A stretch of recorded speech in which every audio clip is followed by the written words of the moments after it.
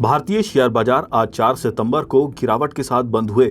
Sensex 203 अंक टूट गया, वहीं निफ्टी फिसलकर 25,200 के नीचे बंद हुआ।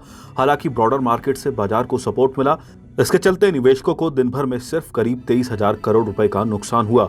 अमेरिकी शेयर बाजारों में भारी गिरावट के चलते यहां भी शुरुआती कारोबार में तेज गिरावट देखी गई। हालांकि बाद में बाजार दिन के निचले स्तर से खुद को संभालने में कामयाब रहा। आज के कारोबार के दौरान आईटी, बैंकिंग और मेटल शेयरों में भारी गिरावट देखी गई। दूसरी ओर फार्मा और रियलिटी शेयरों में तेजी देखी गई। वहीं बीएसई के मिड कैप इंडेक्स 0.13% की गिरावट और स्मॉल कैप इंडेक्स 0.32% की बढ़त के साथ बंद हुआ। कारोबार के अंत में बीएसई सेंसेक्स 202.80 अंक या 0.25% की गिरावट के साथ 82,352.64 के स्तर पर बंद हुआ। वही एनएसई का 50 शेयरों वाला इंडेक्स निफ्टी 81.15 अंक या 0.32% टूटकर 25,198.70 के स्तर पर बंद हुआ।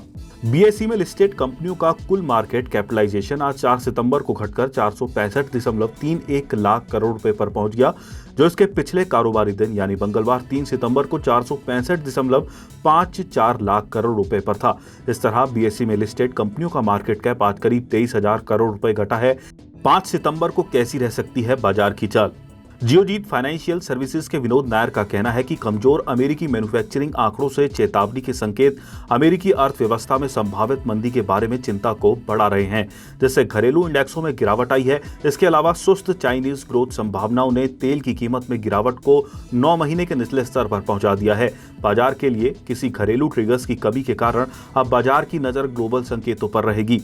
यही अब बाजार की दिशा तय करेंगे।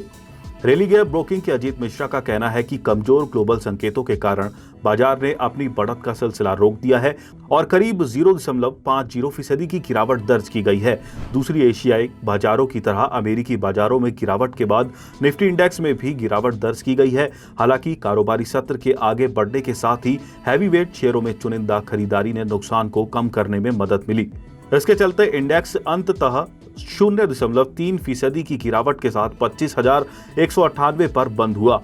सेक्टर के हिसाब से देखें तो रुझान मिला जुला रहा। फार्मा, रियलिटी और एफएमसीजी सेक्टरों में बढ़त देखने को मिली, जबकि आईटी और मेटल सेक्टर में मुनाफा वसूली आई। बाजार का ये कदम ये दर्शाता है कि तेजड़िए अभी भी अपनी स्थिति मजबूत बनाए हुए हैं। हालांकि ग्लोबल दबाव बढ़ने पर कंसोलिडेशन हो सकता है। इस समय चुनिंदा क्वालिटी स्टॉक्स का चयन और जोखिम मैनेजमेंट पर फोकस करने की सलाह है। निफ्टी के लिए 24,850 से 25,000 के जोन में मजबूत सपोर्ट बना हुआ है। एलकेपी सिक्योरिटीज के रूपक डे का कहना है कि निफ्टी ने आज आवरली चार्ट पर ट्रेंड लाइन से नीचे गिरकर अपने ऊपर की ओर के रुझान को तोड़ दिया। हालांकि इंडेक्स को ऐतिहासिक स्विंग हाई पर शुरुआती समर्थन मिला। अब आगे इंडेक्स 25,080 और 25,250 के बीच कंसोलिडेट हो सकता है। 25,080 से नीचे की गिरावट 24,800 से 24,750 से 24,500 की ओर आगे के करेक्शन को ट्रिगर कर सकती है, जबकि 25,236 से आगे बढ़ने पर निफ्टी और ऊपर के स्तर देखने को मिल सकते हैं।